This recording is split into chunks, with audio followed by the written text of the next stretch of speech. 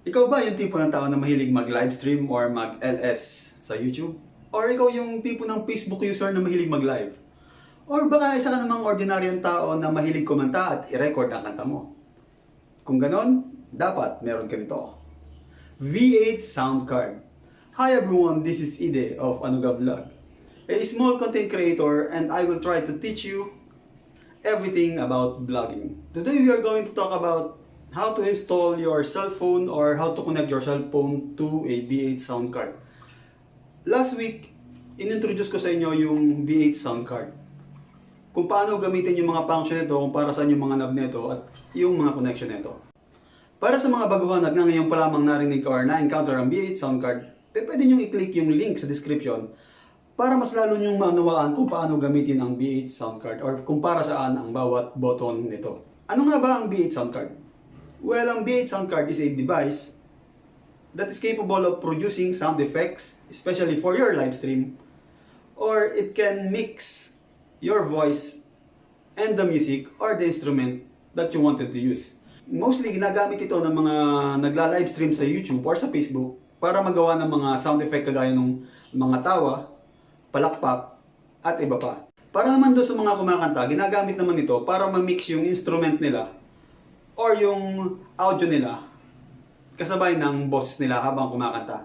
So this will produce the output of the instrument or the music and your voice together. So parang ganun ang mangyayari if you use this one. So paano nga ba ito gamitin? Today I'm going to teach you on how to connect your phone to V8 sound card and your V8 sound card to your phone. So let's go guys! Tara na at matuto!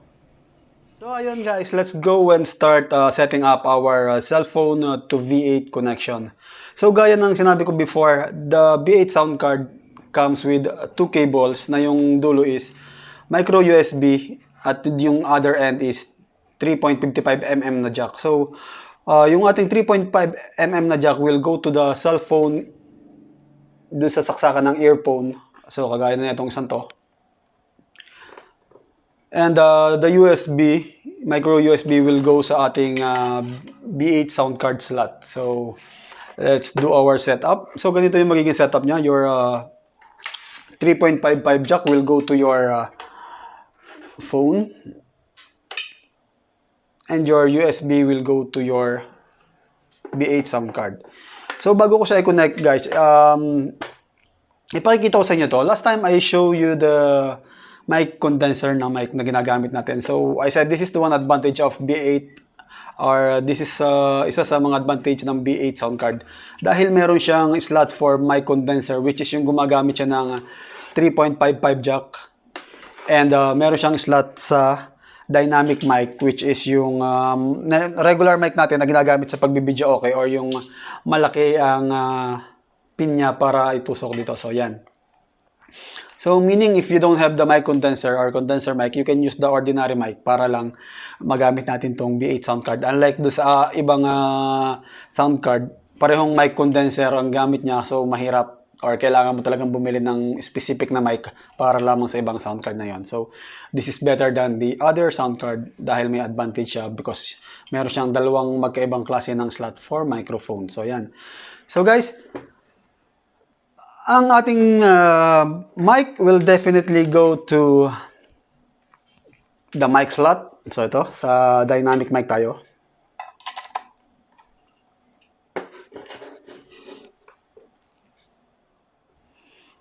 This is your camera or your recording device. Your recording device should go either sa line 1 or line 2. Remember guys, ito yung pinaka-key point.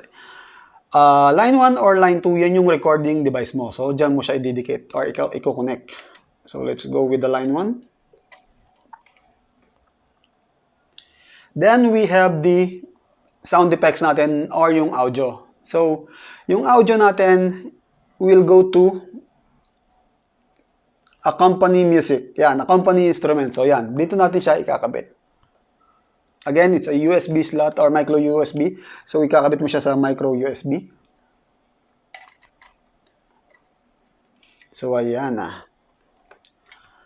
So, guys, kailangan mo rin siyang kabitan ng monitor mo or ng headset mo dahil hindi mo maririnig yung tugtog ng cellphone mo or ng device mo na pinanggagalingan ng audio mo if you started recording dahil yung audio mo is pumapasok here. So, kailangan mo ng monitor para makasabay ka. So, ganito yung magiging itsura niya kung wala kang earphone.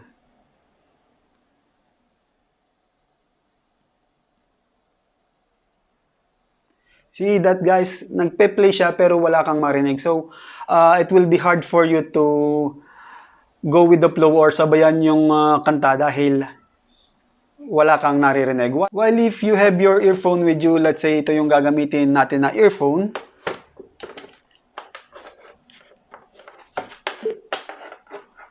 Yep, let's use a speaker para magsilbi na ating earphone. Example, this is our earphone. Isaksak mo lang siya dun sa earphone slot. Yan. So, this is what will happen if you press this one while you are singing. So imagine mo, earphone to. Naririnig mo yung tugtog habang kumakanta ka. Clothes to wear. So yan, parang ganyan po magiging style natin. But then, if you don't have any earphone, parang ang hirap sumabay, di ba? Ang hirap sumabay. So, you will be needing your earphone para makasabay po sa sound natin or sa tugtugan ng ating accompanied music. So, let's go and put some earphone.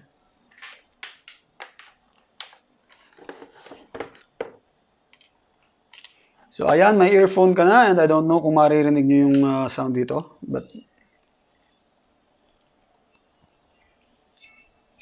So, ayan, ilalapit ko sa mic para marinig nyo. So, ayan, hopefully naririnig nyo yung tugtog. Yung lyrics. Ito yung maririnig mo habang kumakanta ka. So, ayan, guys. Tandaan nyo lamang yung key point natin is line 1 and line 2 will go to your recording device.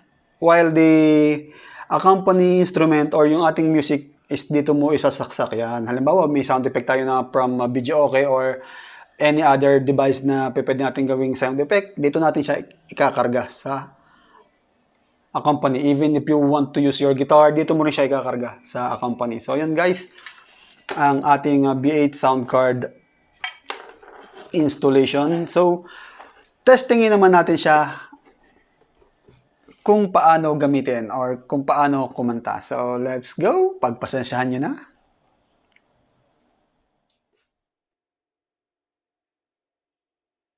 Eto na guys, hindi ako marunong kumanta. Inuunahan ko na po kayo. Pero alang-alang sa ating demo ng B8 sound cards, hindi makukumpleto ang ating instructional demo kung hindi ko ito susubukan at Kita sa inyo. So, palakpakan naman dyan guys. It's late in the evening. She's wondering what clothes to wear. She puts on her makeup. She brushes her long blonde hair. And then she asked me,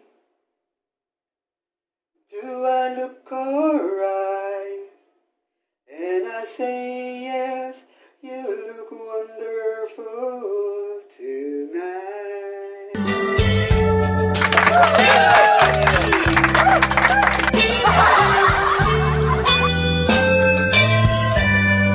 We go to a party.